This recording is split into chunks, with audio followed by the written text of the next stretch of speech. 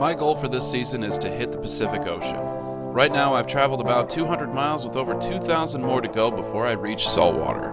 My mother, father, and I have just crossed into South Dakota.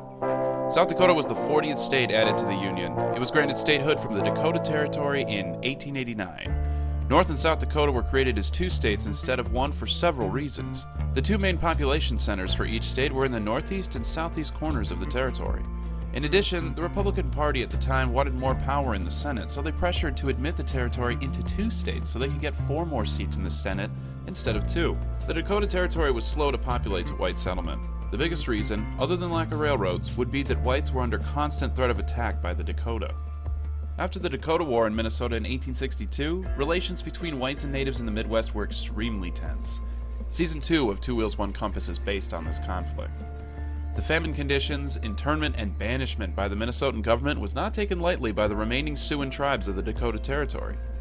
After the U.S. fought a war with the Lakota known as Red Cloud's War, the Treaty of Fort Laramie was signed in 1868.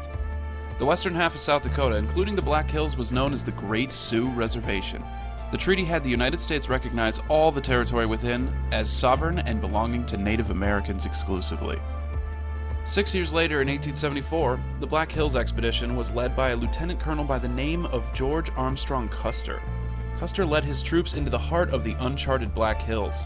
His mission was to look for locations for a fort, find a route to the southwest, and investigate gold mining. It's not known if any substantial gold was found. Regardless, news of gold was leaked to the press, and a massive illegal gold rush brought whites to the area by the thousands.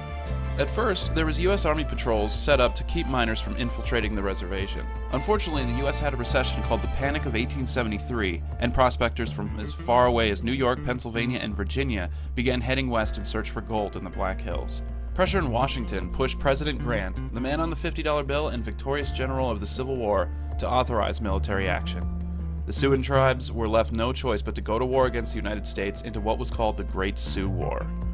Custer was defeated at the Battle of Little Bighorn by the Lakota, Dakota, Northern Cheyenne, and Arapaho tribes led by Chiefs Crazy Horse and Sitting Bull. Their victories, however, didn't last long. After a series of defeats, the land was taken away from the Great Sioux Reservation, and they were divided into smaller territories. Today, these reservations are all that remain. In 1980, the Sioux Nation went to court against the United States, stating that their land was taken illegally. The Supreme Court ruled in their favor in the United States v. Sioux Nation decision. The U.S. government offered a settlement of financial compensation in exchange for taking the territory from the Sioux.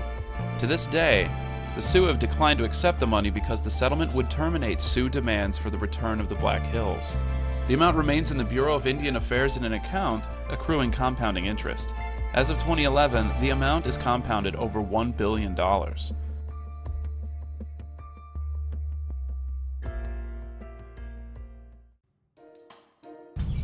We're in Doland, home of heroes, about 300. We're stopping to get an idea of where we're at. It's probably 22 minutes until we get to a place to eat, and then we could fill up there, and we might hit rain that is tapering off. These guys just spilled their ice.